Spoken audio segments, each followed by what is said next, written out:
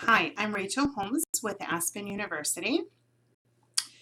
This week's assignment is on Chapter 3. Chapter 3 in the text group Performance by Bernard Nijstad provides a framework used to help understand group performance. This framework, along with what is meant by multi-level systems and how co-action and audience affect group performance, are all key topics of this video presentation. Let's begin with discussing the author's view that groups are multi-level systems. According to Nijstad, groups have three different levels. Group 1 is the individuals within the group and their individual characteristics. Level 2 is the group as a whole and the group characteristics. This looks at how the members function together. And level 3 is the context of the group and recognizes that the group is likely a part of a larger entity or organization of some type. By looking at groups as a multi-level system, one can also determine whether the groups run using a top-down or a bottom-up approach. Some groups are top-down, meaning that the characteristics at the group level influences the feelings, actions, or even belief systems of the individuals within the group. A bottom-up effect occurs when individuals and their characteristics determine the outcomes. In this way, individuals may use their respective strengths to ensure the best possible outcomes for the group. Every individual has a say and may share their personal preferences to come up with solutions that the group then works to implement. Both approaches can work effectively. It really depends on the task at hand and on the group. The next key topic of this presentation is a theoretical framework of performance. Nijstad describes a framework for group performance as consisting of the following: group members, the group task, the group interaction process, group output, and group context. The group members each bring with them expertise in particular areas, their ideas, and their individual contributions to the task itself.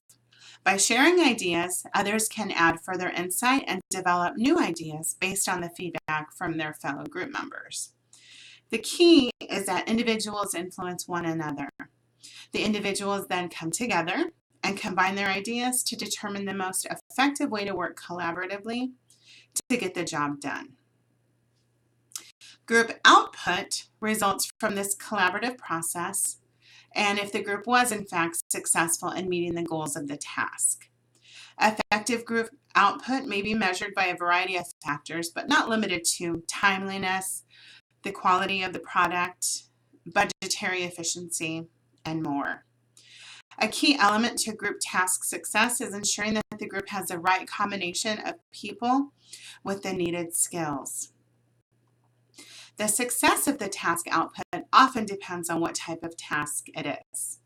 So, for example, additive tasks rely on an equal contribution from every member of the team, whereas performance in disjunctive tasks is based more on how well the best worker on the team did.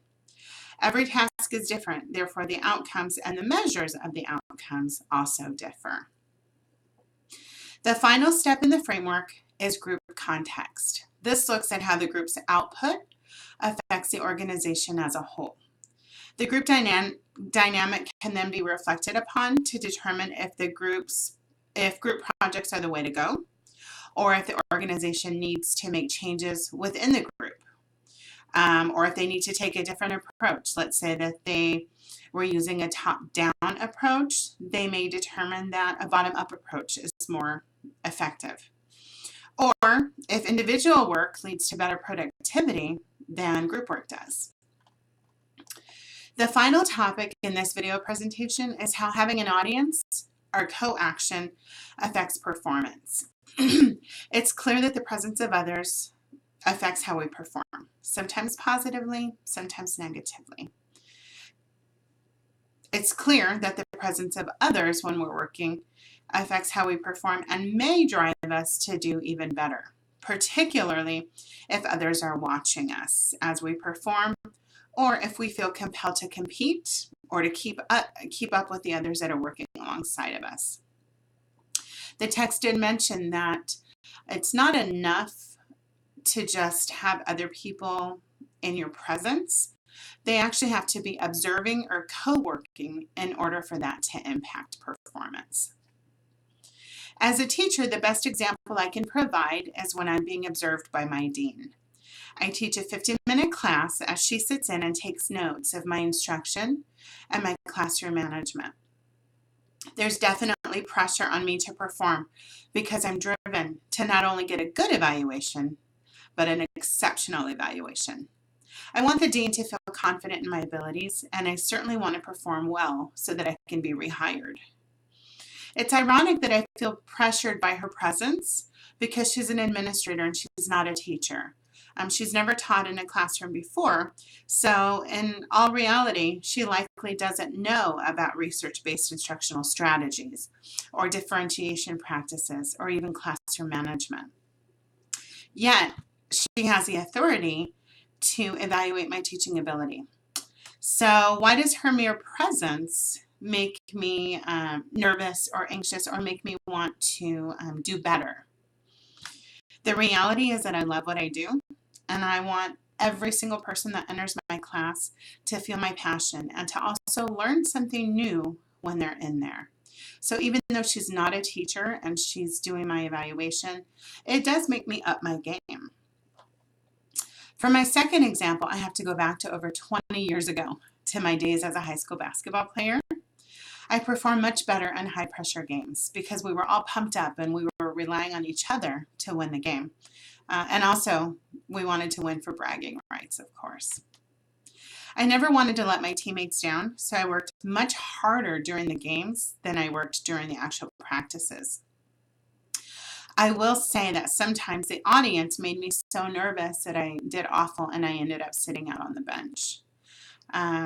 This was particularly true on the rare occasion when my mother and my stepfather would show up. They were already super critical about everything that I did.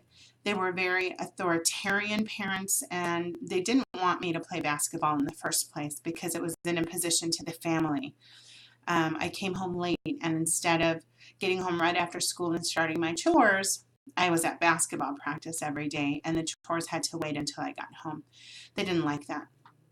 So they very rarely made it to my games, but when they did, it made me so nervous that I did awful. So in that case, the audience adversely affected my performance. Needless to say, when they were there, I would crumble under the pressure. Overall, though, having an audience cheering and screaming and playing as a part of the team kept me motivated. Clearly, audience does affect performance, but it is not always clear whether this effect will be positive or whether it'll be negative. So this concludes the video presentation. I did use the textbook as required in the course, and I look forward to another great week. Thank you. Bye.